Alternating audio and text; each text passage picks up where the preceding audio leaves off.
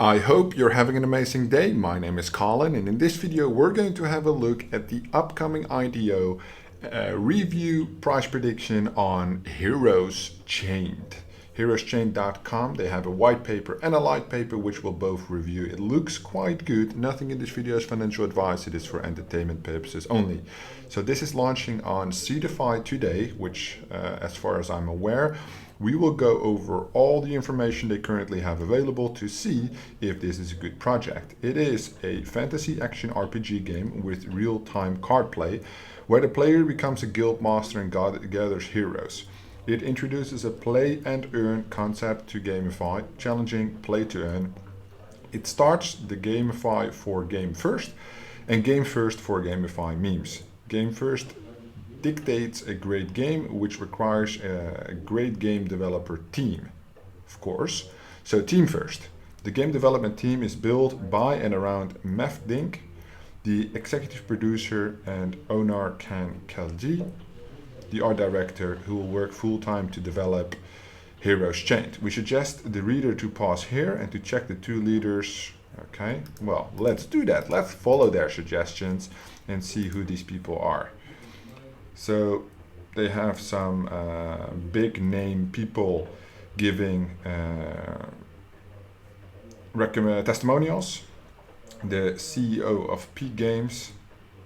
All right, there's a YouTube video as well, some information about him. I assume he's from Turkey, as people keep referencing the Turkish background.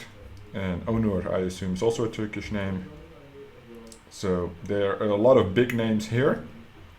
Let's see if they can back it up. All right, the fantasy world, blah, blah, blah. We'll go through everything in the white paper, the artwork, then again the testimonials, tokenomics, a good detailed roadmap it appears, and then some news about Avalanche. Cool. White paper or light paper, I'm going to choose white paper. If we open the light paper, where do we go? We go to a PDF version, which is how many pages? It is a total of actual 37 pages. So we might go here for illustrations later. I will review the white paper because I think it's most interesting. I will cover primarily the tokenomics. I'm not going to read into the whole story for this video. If you're interested in reading the entire background story, the lore about this game, I suggest you pull up the white paper on whitepaper.heroeschained.com. Alright, so it sketches the market. I know about the opportunities in the play-to-earn game market, as that is what we mostly cover on this channel. You have ownership of digital assets, secure, easy to trade. Okay, cool. It goes into the problems with the game that are being rolled out currently. All right. First, play and earn, from play to earn. Play and earn as being a development. So this is something I covered before on the channel when we cover a lot of like more advanced games, which are focused on the game first and the earning aspects later. Where games focus too much on the earning aspects, they might run into the problem where the game is not even fun to play, nobody plays the game. So now you have a really cool earnings providing tool and economy, but it's useless because nobody plays your game, right? So game first, that makes sense. Team first. So game first and team is game, and then team first, okay? We, the game developers, know making great games is a tremendous task that cannot be left to blockchain enthusiasts. Great games are developed only by great game developer teams, so team first. Unlike play-to-earn games we see on the list, we start with the game developer team, then the game, and finally the blockchain components of the project. So we recommend the reader to pause here and jump to the team section of this document before moving on. We're not going to do that, we'll do that later. All right, so they speak about so this is about the game, and again they reflect back on the team. I understand they want to leverage the importance of the team, but we have seen that. I don't want to keep seeing that, right? The game is also very much important still. Combining popular card games, so it's a card game. I'm not too much of a fan of card games at all, but let's see if we can see some gameplay which might convince me otherwise. Real-time play as opposed to turn-based. Okay, so how would that work?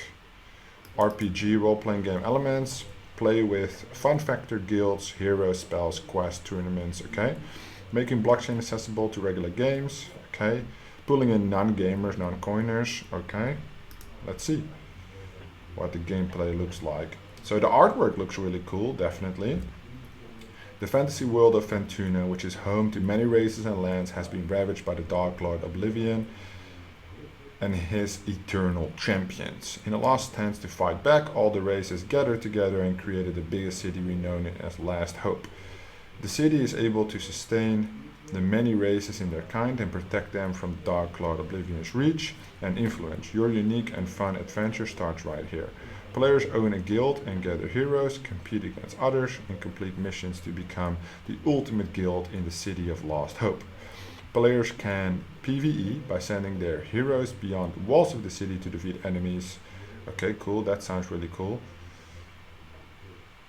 Okay, to defeat a Roman on the map, uncover nodes. Okay, PvP elements include guild versus guild or team versus team. So I don't understand how this would actually come down to being a card game, because so far it looks like you can go outside perhaps even. It kind of has like a Skyrim feeling to it if you see, even if you look at the homepage, kind of has like a Skyrim feeling to it when I see it. So maybe it's not even a card game. I don't know where I picked it up. I thought it was mentioned somewhere. But yeah, let's see. So you got guilds, heroes, classes. Okay, so you have the warrior, the assassin, the mage, the archer, the healer. I think anybody who plays games knows these classes, right? How they work.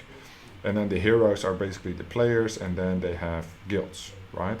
All heroes at a certain level, character traits, heroes breed to give birth to new heroes passing on their genes. The aim is trying to make all heroes unique and desirable, will increase the stake value. Okay. Different races, humans, elves, dwarves, orcs, lizards, half beasts. Okay, cool. Half beasts. I'm looking forward to seeing the half beasts. Alright, they will be crafted, which you usually see. They can craft from basic resources, rare weapons, require rare materials. That makes sense, can be sold, traded, and rented. We see this very often. Guild spells are support cards the player can use real time. Okay, so here they refer back to the cards again. Guild spells can be bought from the guild shop or from the city magic pool. They come in packs with random spells. Okay, and they can upgrade the guild, will unlock new packs. Okay, lands and farming. As the player explores the vast world and discovers new locations, they will be able to buy land with nodes. These resources can vary from tokens, crafting materials, upgrades. All land can be bought, sold, or traded between players. Okay, that's cool. The target audience. Okay, so I think we would assume older than 12 years, 50% male, 50% female. I think that's a little bit ambitious. I think most of the gaming people that play such a game is like 80% male, just because the general gaming industry is like 80% male, right? It's just the way it is. No geography specifically. I think that's also not really true. I think play to earn, anything there's time to earn something, it will shift to tier 3 primarily. Casual 30%, core 60%, hardcore 10%. Adults and teenagers who spend more time indoors. Okay. Ethnicity and religion have no bearing. I think that does make sense.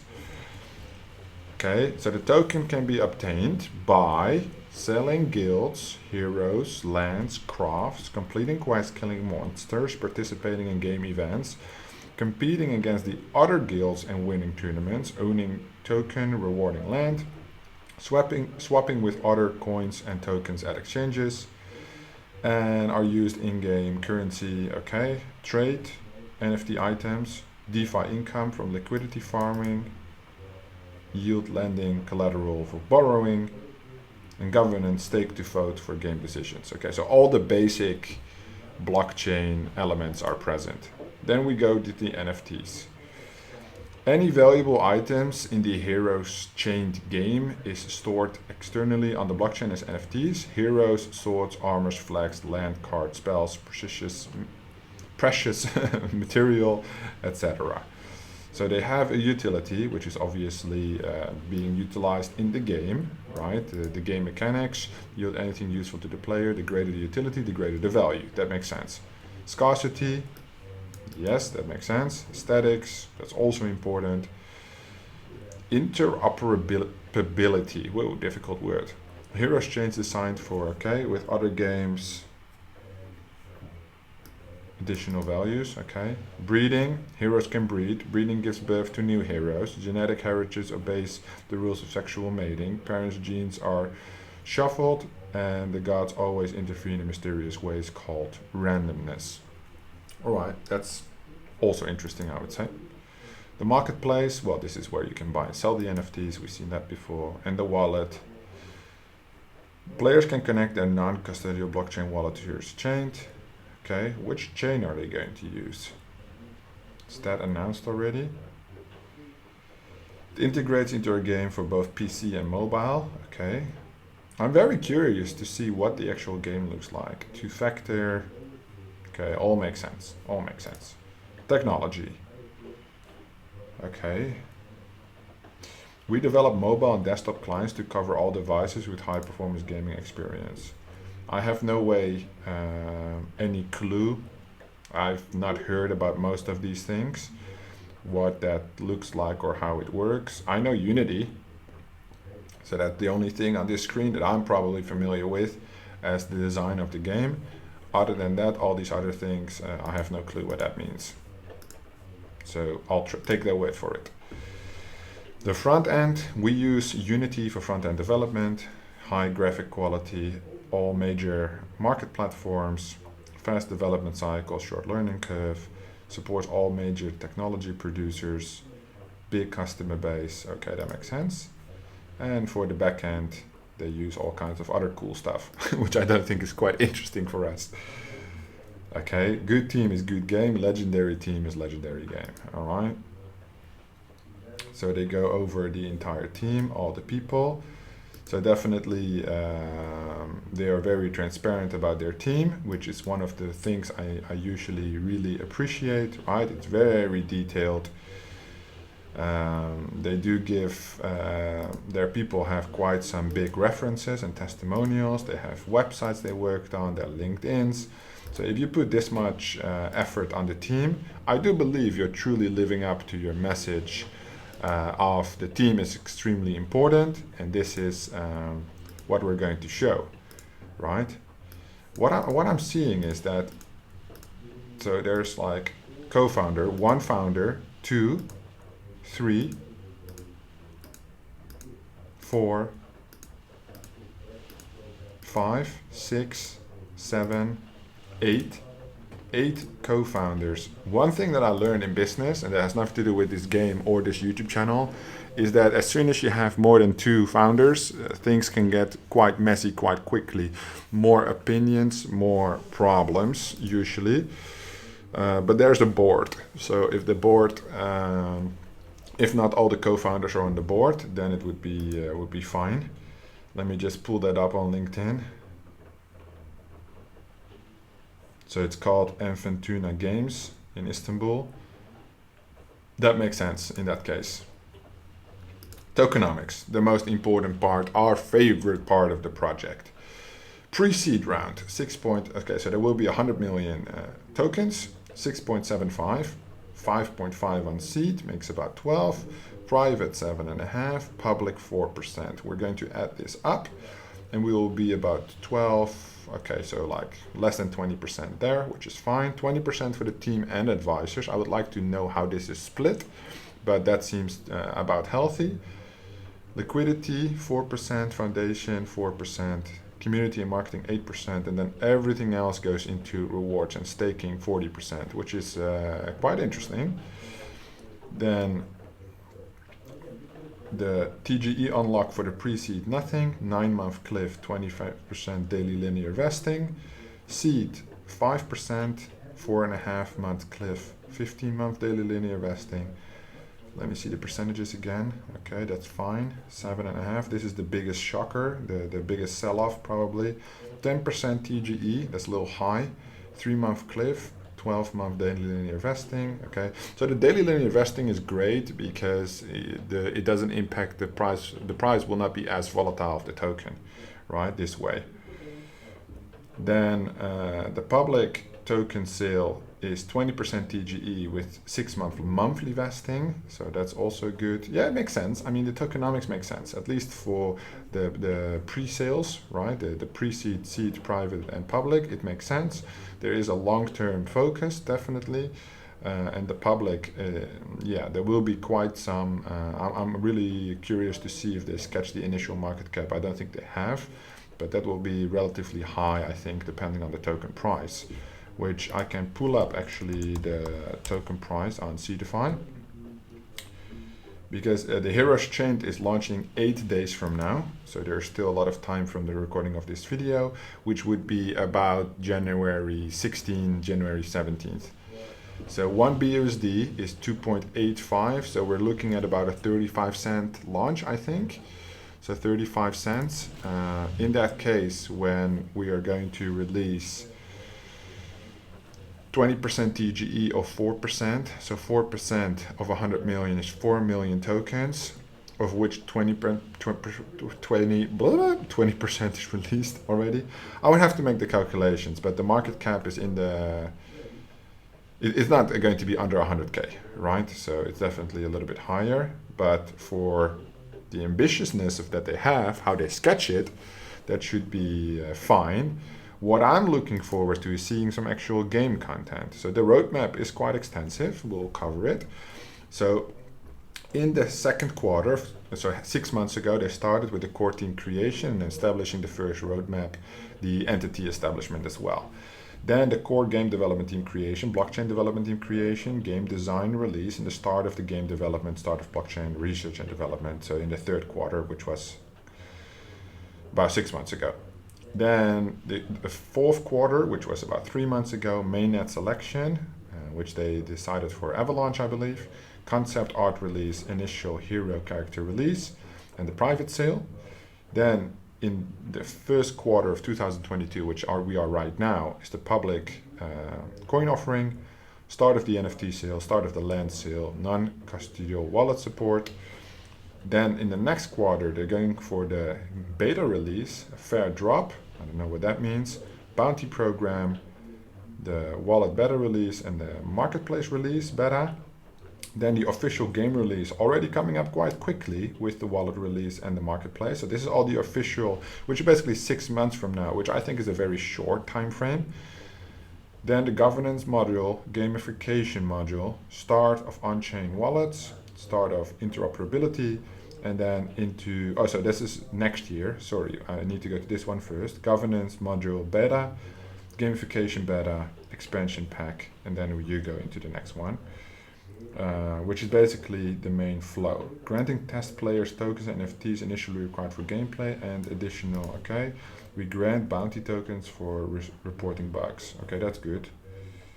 And then we have a link tree, which is nice that they link that as well. So there's a lot of different telegrams, the light paper, there's YouTube. Okay, cool. So I'll keep this open right now while we go through the light paper, just to see if they have some game content here, where I would say more than just what we've seen in the white paper. There's definitely a lot more images here, but a little bit of the same one. So I think you can walk around and stuff. So I don't know where the card game specifically comes into play, if I understood that correctly, but maybe not, because this looks like 2 characters just walking in a kind of Diablo environment, right? Okay, this looks cool, kind of looks like Lord of the Rings, Skyrim-like, definitely cool. Elder Scrolls style. Here again with the vesting, architecture, roadmap. Okay, so the light paper is definitely a lighter version of the white paper, which makes sense. I'm going to go to YouTube to see if they got some, so there's only AMAs here, there's no actual in-game content, which is unfortunate. This is basically something I'm looking for, to see more in-game content, which I believe that maybe we're too early in the development, but some teasers about the in-game content would have been great for investors to get at least a scope of what is possible with this game. And just an image, I think, is not enough at this point to convince me Like something like this obviously looks really cool for their promo, right? I mean, that looks really dope, but we all understand that the game doesn't look this quality. It's just like a teaser promo, right? But yeah, no in-game content, it appears so far, at least, and not anything that I can find right now. Not a huge deal breaker, I would say, but I always feel more comfortable at a point where I can actually see what I'm investing in. Right now it's just the idea, and the idea is sufficient, but not the most amazing one I've ever seen, right? I feel like this team is quite experienced, or at least that's what they try to make it out to be, right? And I trust that. I trust their words. That's fine. They don't make any crazy claims or whatnot. But yeah, the game content is just a missing component right now. The global Telegram channel has about 20,500 people. The Telegram announcements has about 18,500, and on Discord we're looking at a solid 27,000. So that's good. I mean, it's more than average. It's not a huge following. We're not talking hundreds of thousands, so do keep that in mind. They also have Twitch, which is kind of cool, which we don't usually see. And they have a lot of followers on Twitch, so that's kind of cool.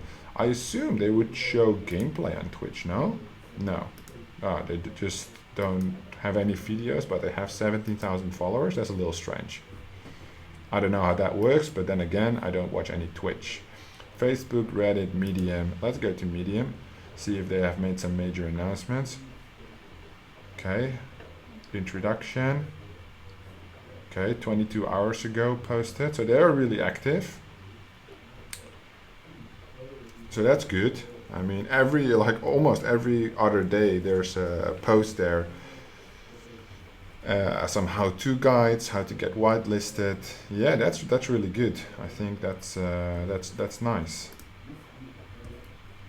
For my price prediction, I will go of CDFI. We don't have the actual market cap. I don't have time to calculate that right now. But we're looking at 1 BUSD is about, let's say, just under 3. So we're looking about just higher than 33 cents. So we're probably looking at something like 36 cents, 38 cents per token, right? Depending on the market cap, I would say the market cap real quickly from the top of my head. If I grab the light paper, we can do some rough estimates, right?